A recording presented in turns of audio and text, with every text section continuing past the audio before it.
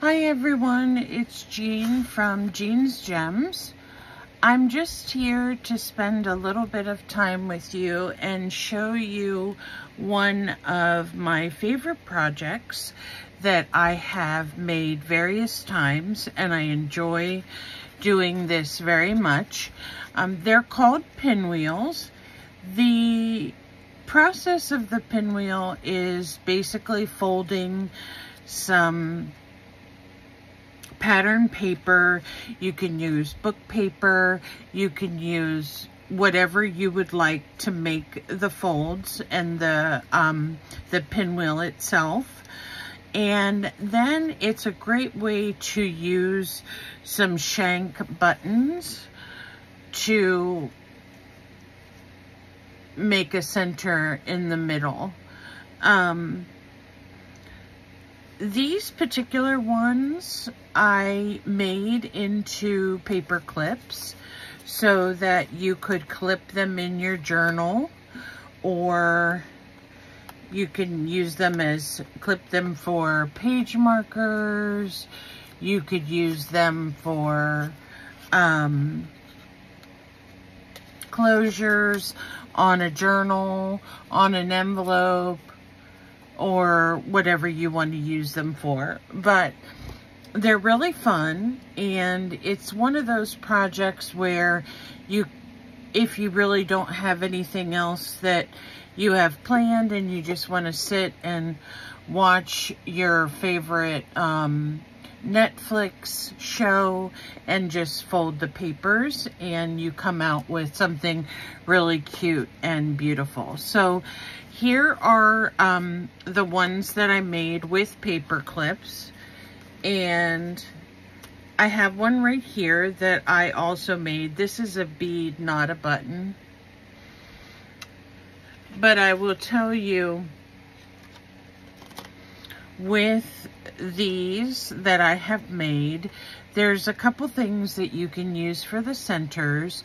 You can actually use buttons, which these are, and I didn't have a third button to match, so I just used a flat back. And then I punched little holes in the paper with an awl. If you're familiar with an awl, usually any of us that do journals are familiar with an awl. This is one that I have. It's just basically a pointy or pokey tool that you can make a hole with. They're used a lot in leather making, or also book binding. So that's why I have mine. But you basically punch a little hole, and then you would make these dangles with some charms, if you have them, to hang off the sides of the pinwheels. So I tried to make the dangles pretty much the same. I had some really big jump rings, so I put those in there. And most of the papers that I use, this is black paper. This is not double-sided, but you can't really tell that it's not double-sided. These were some antique plastic buttons that I had, and then this one is a little butterfly and dangle, black and white, with some pearl beads. So there's that one. These are pink, and I love the pink beads. There are all kinds of beads here and spacer beads, and then I added two little owls, so you can see there. These were flat backs right here. So there are those. These are one of my favorite ones. They have the pink. These are pearly pink flat backs I got, and then the paper's kind of a black with rose and green. And then I had these little word charms. They don't really say anything, but they're like scraps of paper. Look like they've been resined into a metal finding. But I've had these a while, and I thought this was a good opportunity to use up some of my my charms and things that I've had for a while. Here's another pink set, which has those similar bubble or ball buttons on them here. And then this is, the dangles are not exactly the same, but close. And then they have a little seashell on them. These I used a little bit of stickers glitter glue on them to dress them up a little bit. These that I'm going to show you now, I think there are only 3. These are one of my favorites right here because I do like the color purple, and I love the way the dangles and the beads are on this one. And then this was a flat back plastic button, not anything, not a flat back, but a shank plastic button in a lighter lilac color that I thought matched good on the front. And sometimes it's hard to use your shank buttons because of the shank on them. So if they're plastic, you can sometimes clip the shanks off with scissors or pliers, even metal ones. If you have something that will cut metal, just be very careful when you do that, because those pieces usually end up flying somewhere and you don't want to get hurt or anyone else hurt by doing that. Here's a really adorable vintage pair that I made. This is some double-sided scrapbook paper, but it has like a little wording in it. And I used some brown distress ink. And then these are like, they're like an antique gold of sorts. Or I don't think they're copper colored, but they have little dragonflies on them. So those are really quite adorable. This pack that I made, these are more of an Asian or Oriental style. These buttons, I can't remember, I don't know if I can see. Okay, yeah, these were actually shank buttons. Sometimes in your buttons you'll find curtain tacks, and this is a good way to use them as well, because they have a sharp pin on the back, and you can just hide that by sticking it down into the middle of the pinwheel. But I used different beads on these. I didn't have enough of all the same, but they look really pretty hanging. So my original idea with these would be you could use them for your dangles on your book once you're finished. You could also add more beads so that this hangs in the middle, and then you have a chain or something off the top. These would also look really pretty on tassels, I think. So you can do all kinds of things with them, and they're so fun to make that you can sit here and fold up your paper rather quickly, and before you know it, you have a whole handful. So this is another one that I really like the beading on. This had a hint of tan or peach in it, the paper itself, so I used these peachy rose flatbacks and then some beads I had in my stash, and some little charms. I didn't have 2 to match, but I think the heart and the bird look really adorable on those. The next ones I have to show you are also purple, but these are a little bit different. So these are purple. This one had a stripe and then one line of just circles. So that's the way you get the design on this one. The second one, I cut it at the circle, so you get a little bit different design. And then they all have similar dangles, and these are just little keys I had in my stash, so I was able to use those.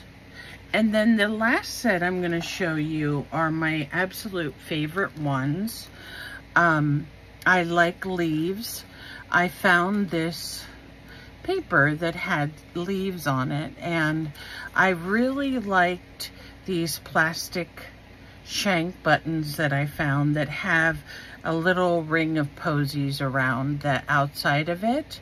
So I thought that would look good against the leaf paper. And then I made green dangles for each one. I had some head pins that had fancy heads on them, so I used those, and I put whatever butterflies I had as far as charms in my stash on them. So those are my absolute favorite ones, and you get, these two are about the same size. This one's a little bit larger and then a little bit smaller. So you get a variety of sizes with this one. So these will be in my coffee shop. I'm going to try to get them put in today, but I'm not sure because we're having a very weird weather day out, and I don't know if I can get good enough lighting. So what I want to do now is show you all how I make these, and I'm not going to do the beaded part because that's basically just putting your choice of beads on the head pin like you like them, hanging them off of the pinwheel with a jump ring, and you can add a charm if you'd like. You can make them as full and colorful as you like. I personally did not put brads in the holes, so if you are good with putting in brads, or not brads, eyelets. If you have an eyelet setter and you're good with that, you know, by all means use your eyelet setter for the hole. I didn't think that that was really necessary with these because the dangles themselves are not very heavy, and the jump ring is just a lightweight silver jump ring. So those are the ones that I have made and will be making available to you. Let me tell you what you need to make one of these. Now, I have a lot of 12 by 12 papers. So when I pull them out of my pack, I trim off the white, and then I'll just have the design piece. And then I cut myself strips from, you know, whatever design I want to use. Now, this one's not as colorful, so I would probably use this side because it has a little pink and then the kind of turquoise there. This one is very interesting with the leaves, and this is like a kind of like a black or a dark gray. The other side has birds and things on it, so I probably won't use this sheet for strips because I want to fussy cut some of these things out.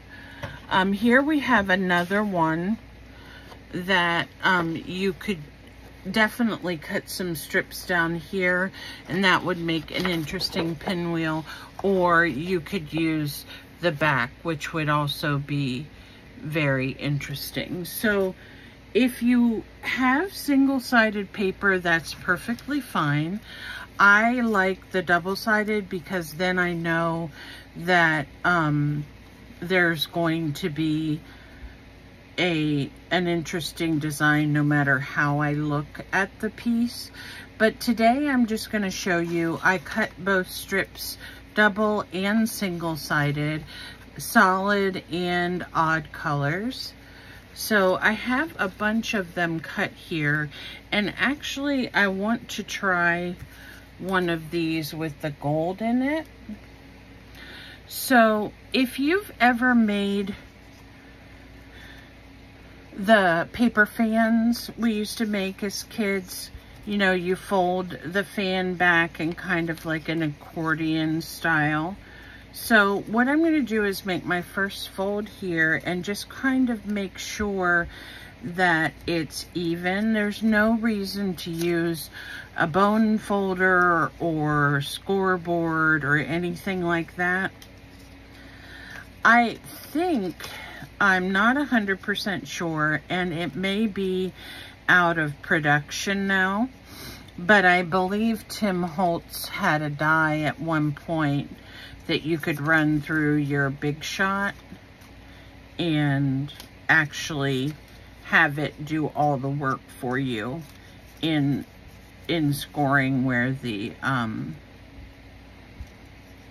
fold should be. But this to me is just as easy, and it's kind of one of those therapeutic things where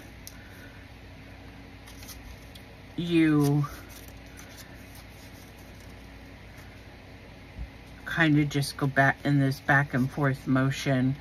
And when I do that, I pinch them tight and try to make sure that as I go along, I'm keeping all of the spaces or the bent areas here equal.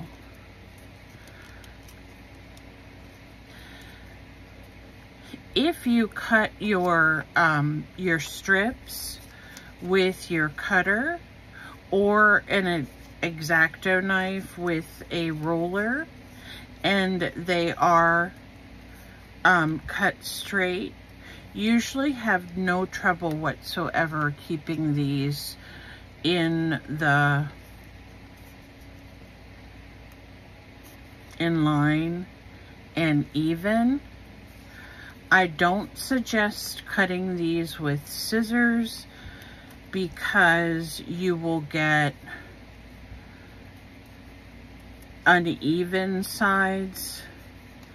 Now, you can, and unfortunately this one is going to be too thick to do that, but you can cut angles on the edge of the paper once you get finished folding it. For example, if I wanted to cut this edge off here, I could, and then when I did my pinwheel, it would have pointed edges instead of round edges. So I'm not going to do that today because my papers are too small to be able to cut through all that thickness. So then at the end, I just cut that off so that it, so that I can glue the two pieces together. And you'll have to pardon me, I've been having some trouble with my glue today, so let's hope it cooperates. Whoops! I'm trying to stand it up for a little bit so it'll come down. But after I get it done to this point, I just basically squeeze it and make sure that those folds are all nice and even. And again, this is a 12-inch strip from a piece of 12 by 12 paper. Now, let's say, for example, you wanted to use book paper, which they are really cool made out of book paper. But you don't have anything that's 12 inches. You can glue two strips of paper together. Just make sure that they're glued very securely and that you don't really see the seam whenever you are actually making the pinwheel then. You will also need some circles. So this is for the back. And what I did with these is I cut them out of a harder cardstock and then covered them with some scrapbook paper, some offcuts that I had. And that way it gives a nice finished look on the back like these do. So you can pre-cut a bunch of these circles with a hole punch or circle punch, whatever you have. And the wider the paper, of course, the wider your pinwheel will become. So this one here is about this one is almost an inch. So cut your papers, your strips, in all different widths. And when you do that, you'll get all different sizes of pinwheels. So I have a bunch of strips that I just went through and cut, so I would have a bunch available when I was ready to make some more of these. I'm getting a little bit low on my beads, so I'm gonna have to find a way to get some beads. But here are some strips, and as you can see, not all of them are the same width. Some are wider, some are skinnier. I haven't tried one yet where I have used two different colors, and I think I'm going to do that. So let me see where I have a skinny piece. Let me take this pink one and put it on top of this one.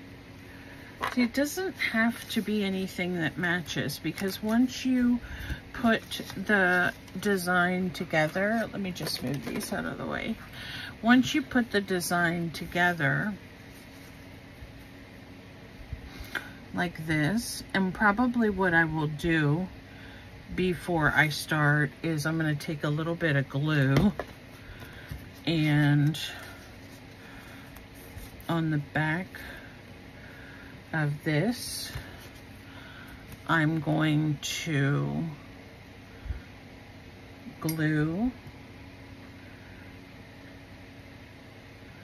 just glue this down onto the front of this one. Now these should be exactly the same length. Remember, we're using 12 by 12 papers. So this should be exactly the same length. Kind of get it in the middle there as much as you can. And we'll fold this one next after it dries a little bit. Now, I had been having some difficulty finding some glue sticks that I like. And one of the glue sticks that I know from experience that is really good is Yoo-hoo stick. So if you get a chance to purchase any of this, it's a really good glue stick. You can get them much larger than this, but I think I got a pack of 10 or 12 or something for, I don't know how much on Amazon. So I'm gonna let this go ahead and finish drying, and I'm gonna show you how to put this together. So let me just take this white paper. I'm gonna lay it over my nameplate here. And I'm going to take this circle, and I'm going to see if I can get my glue to come out. I don't recommend a glue stick for this part where you actually glue down the pinwheel, because it's not strong enough to actually hold down all those layers. So I usually use the beacon glue. And the nice thing about the beacon glue as well is it does grab quickly. So that's good. Wah! Okay, glue strings, glue strings. Okay, there we go.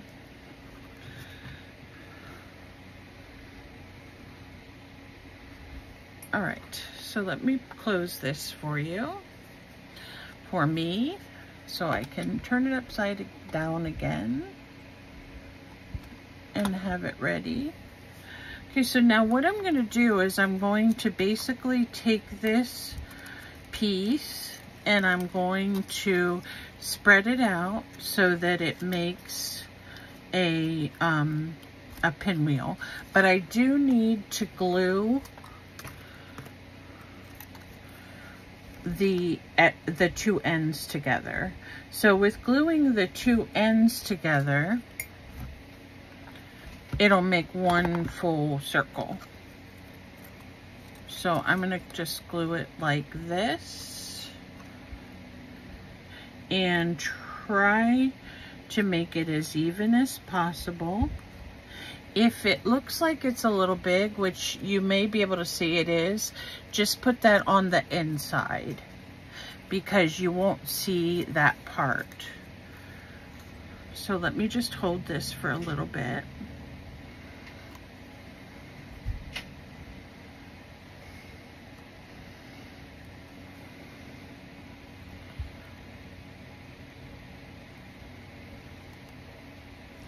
So I hope you all are having a good Monday. Mondays are not as daunting for me as they used to be when I had to go to work all the time. But now that I get to stay home, I'm usually okay with Mondays, so maybe you feel the same. I'm just going to, I don't know where my clamps are, if I have any close without digging through a mountain of things. I have one right here. If you've never used these, I think these are for either sewing or crocheting. I got a pack of these off Temu and I just love them because you can pinch at the very, very end and you can just pinch that part closed to make sure that it stays in its position. And then we can go ahead and put the circle on the back and we'll just hold that till it glues down. Now sometimes you have to finagle with these a little bit so that you get the secured edge or the raw edge underneath.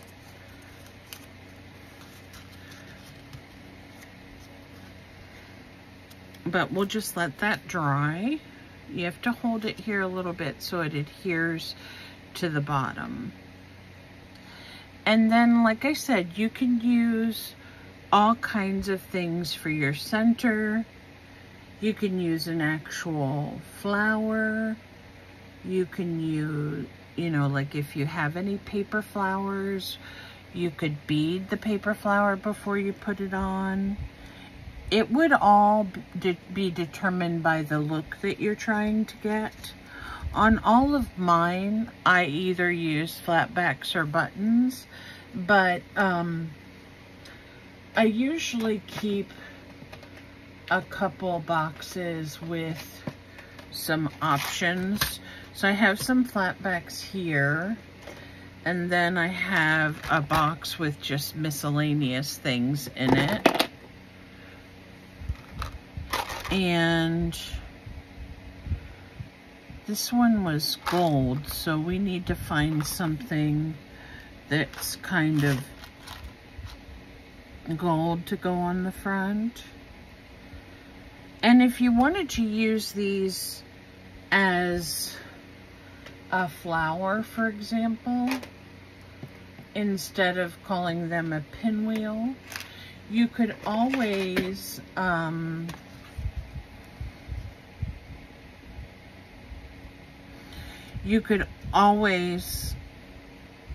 as I mentioned before, put something else in the middle that goes with the particular project that you're working on. Let me see if I have anything gold in here. I think the gold will stand out more than anything else. So I've got these flat back roses. Let's see. They're kind of white and gold. That looks pretty. We'll use that. And then, I mean, you can use something like this as well. You could use one that was more the color.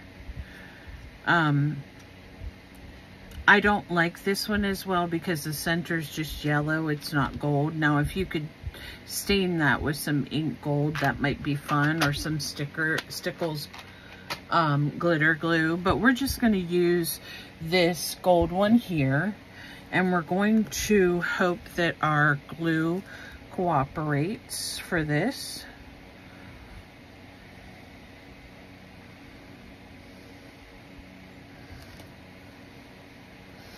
And I just put a little bit of glue on the back, and then I'm going to set that in the center, and then I'm going to grab the back piece and the center piece and just kind of squeeze them together.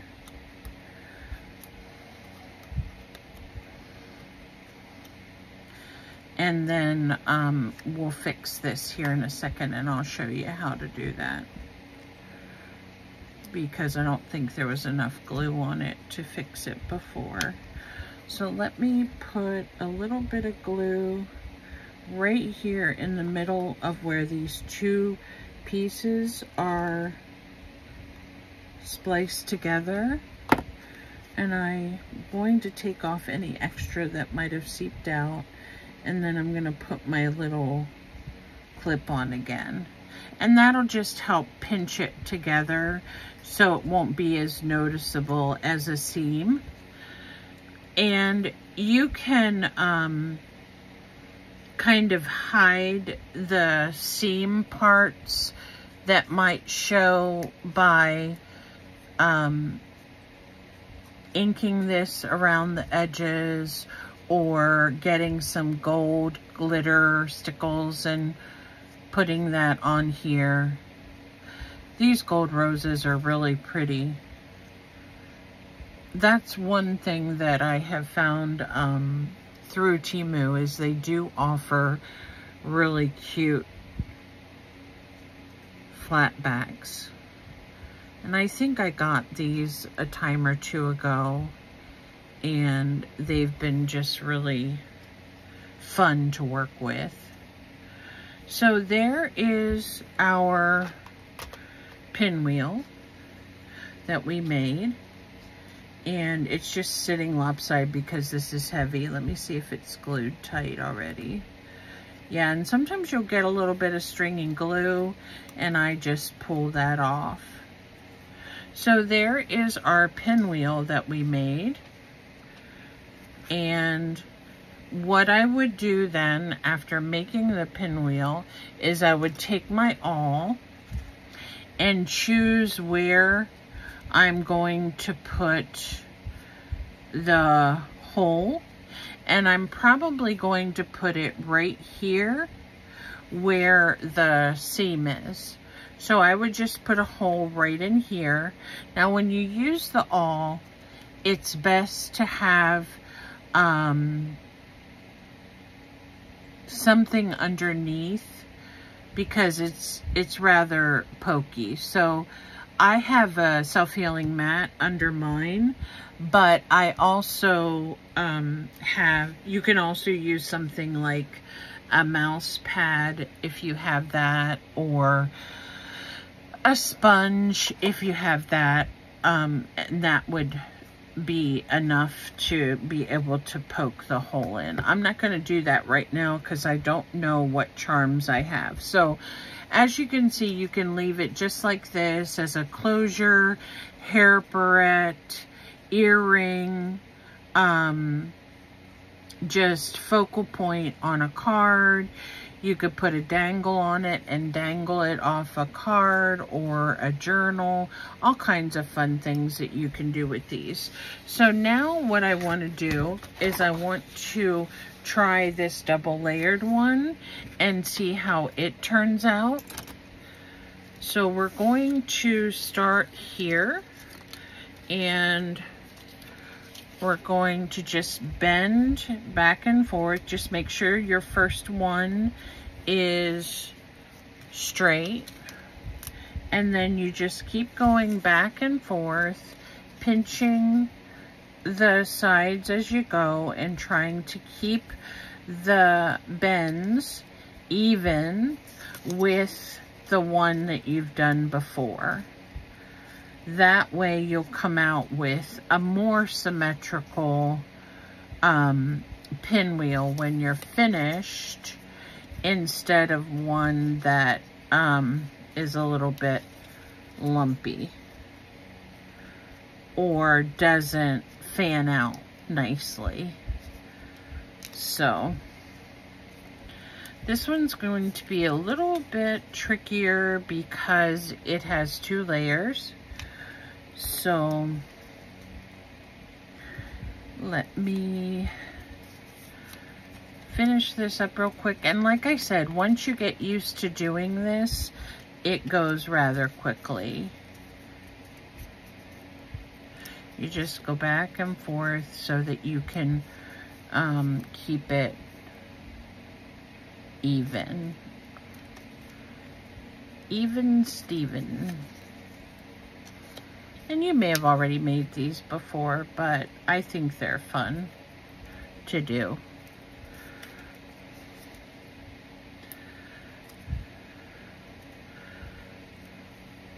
So tomorrow is Tuesday, and we will be doing Timu Tuesday, so look for that. If you want to participate, one of the creators that started the challenge, Hobby Hobbit, you can check out her channel, and she will tell you what hashtags you need. And I'm not sure how many people are participating, but if you put your hashtag in, then everybody who's participating can look at your video. Okay, so now that we're at the end of this, I'm just going to, like I did before on the other one, kind of just squeeze it and make sure those edges are firmly pinched so that they make the accordion. And then I'm going to try the glue again and see if I can put enough glue on this to start it. Then I'm going to have to find something fun to put on the top. So this has pink, green, blue, and gold in it. So maybe we'll just do something pink. I want to show you how the shank buttons work. So I'll get out my craft button box and we can see if we can find one that we want to use.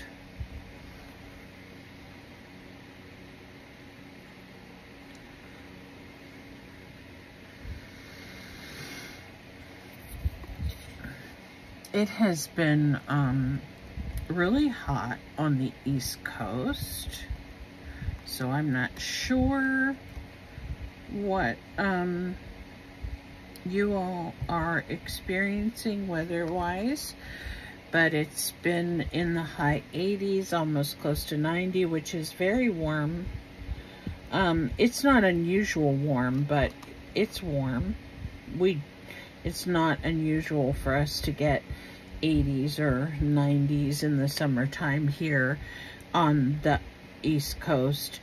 But what we really need is rain, because the air quality is not good coming over from Canada. And also there are people that are experiencing things like issues with their asthma, because we live, I mean, we're not super close to the Canadian border, but close enough that some of the toxic winds have blown over parts of the East Coast due to the fires in Canada. So if anyone's from Canada watching today, besides Kim, because I already checked on her and she said she's doing fine.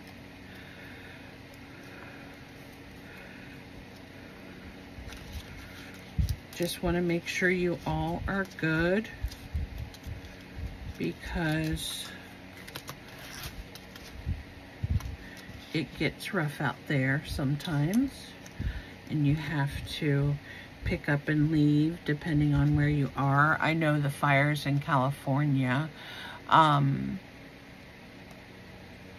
when I was working for Apple Incorporated, Apple computers, that one of my bosses lived right in the area of the fires in California, and he had to get out of town, so to speak. Okay, what did I do with my little clippy thing? Oh, stars. So I'm going to clip this together because it is where the seam is. So,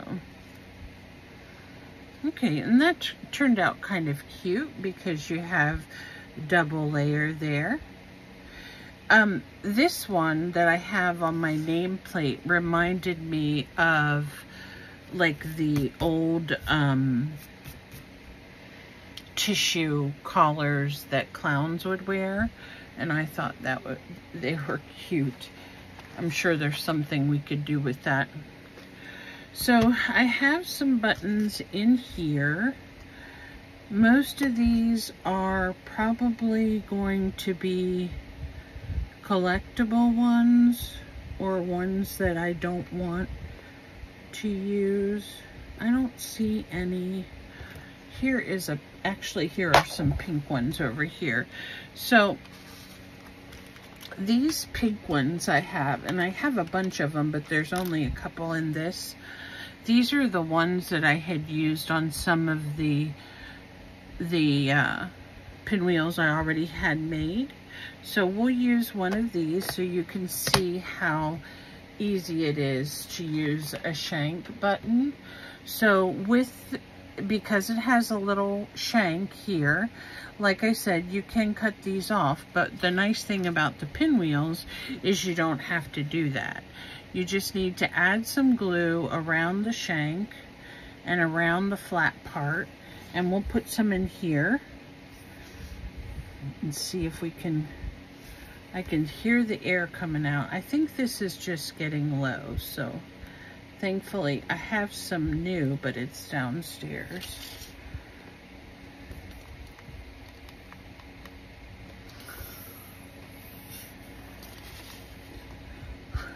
I think when I watch videos, I should be more prepared, and you know, I shouldn't have problems with glue and stuff like that.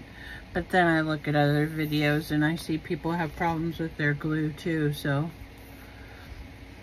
I guess I'm not the only one that has the chronicles of the glue bottle.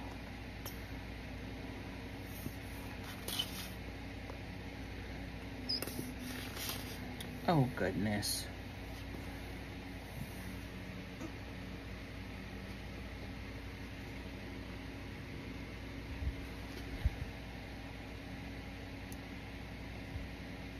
Okay, there, we got some to come out. That was really tough.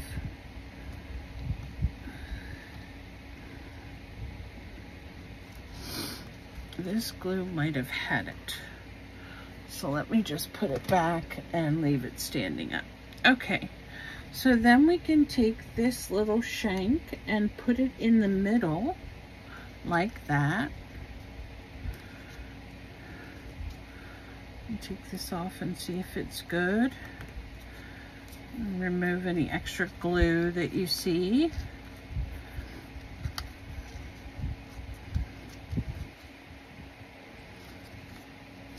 And then the back is secured with its circle, and we just kind of squeeze those together, and then we have this adorable one that has a double layer. So you can invent different kinds to go along with your style. You can use the double layered ones. You can put the dangles on. You can leave them plain, however you want to use them. Like I said, it's just one of my fun little projects that I like to do sometimes when I don't have when I need something fun to do. Now, wouldn't this look cute with some little tiny ones on it? I'm gonna have to see how tiny I can get those, but that would be really cute with a tiny one on it. So that is my little tutorial for today, and I hope you all enjoy the rest of your week. I will be back tomorrow. I'm going to try to add some things to my coffee store today if I can, as I mentioned, if I can get some good photos with the lighting that we have. I do have natural light coming in from a window in front of my art desk, so hopefully that will help. I do want to just mention briefly that someone had said that they couldn't find my channel, and I just wanted to clarify that Gems is spelled with a J. When I was a teenager, I made one of my first art pieces were brooches that I made out of old buttons and lace and little things that I found, and it was so fun, and I needed to come up with a name for my business, so I called it Jean's Gems. And ever since, I've just kept that. This is something my mom came up with for me, and we used the J and the J to for poetic license, I suppose. So if you can't find me, it could be because you're not spelling gems with a J. I do want to thank all my new subscribers. I really appreciate it. Check out some of the people that I will leave in the comment section. My friend Kim at Images by Kim, Hobby Hobbit, Catherine. Of course, I always like to say hi to Terry, and I'll be back soon with another project. And for now, I hope you all stay safe. I love you, and we'll see you soon.